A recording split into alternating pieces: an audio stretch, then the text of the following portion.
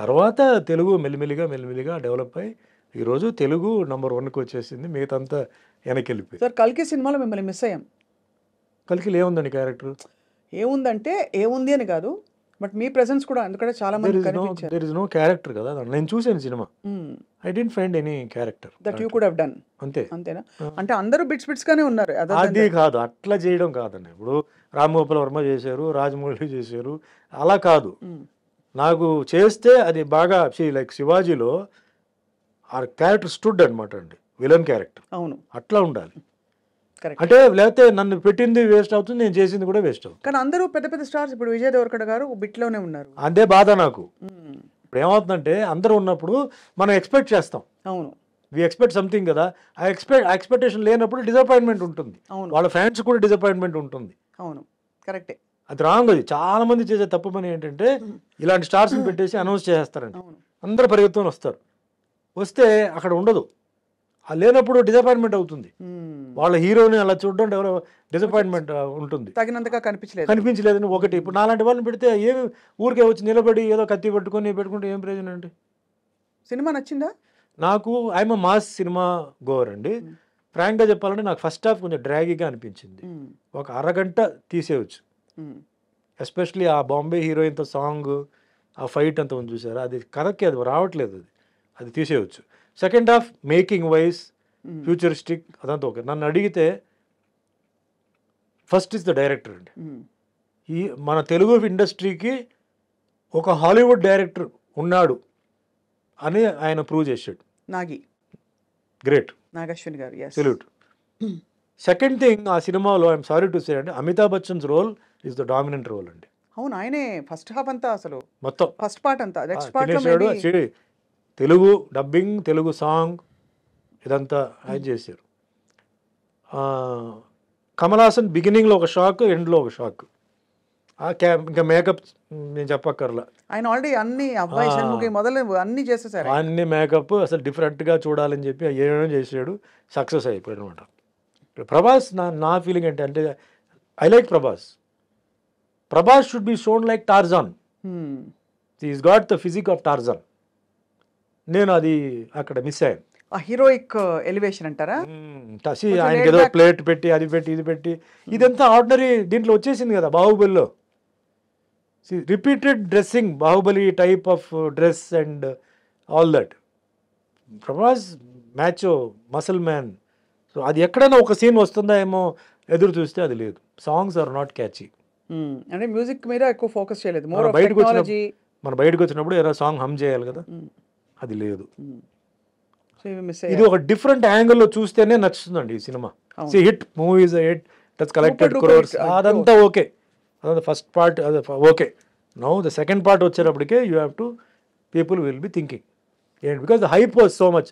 Amitabh Bachchan, Prabhas, so many people are there. అది ఇది ఇందులో మీరు కలియుగ ప్రత్యక్ష దైవం పాత్ర వేశారు కాబట్టి ఇది కూడా ఒక అవతార పురుషుడి పాత్ర. కల్కి అవతార అంతా ఉంది.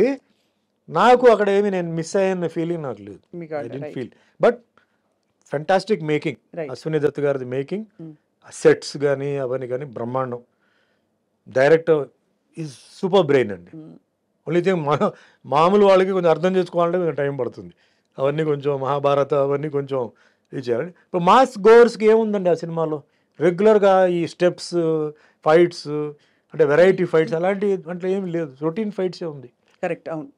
Nothing great. But as a movie is Telugu సినిమా, this movie can be showed in హాలీవుడ్లో చూపించవచ్చు. Indian film, Telugu language, Indian director, cameraman I think is from foreign. So అది తెలుస్తుంది, ద డిఫరెన్స్ తెలుస్తుంది. గ్రాఫిక్స్ బ్రహ్మాండంగా ఉందండి. గ్రాఫిక్స్ అని తెలియట్లేదు.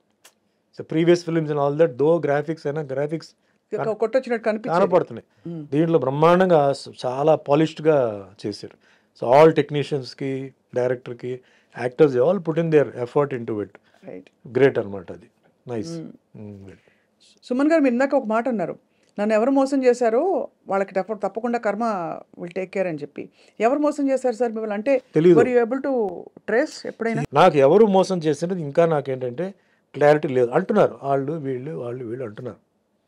I don't have clarity, but I'm not bother about it. At the same time మళ్ళీ భగవంతుడు నన్ను ట్రాక్లో పెట్టారు, నేను వెళ్తున్నాను, నా బండి నడుస్తుంది, ఓకే.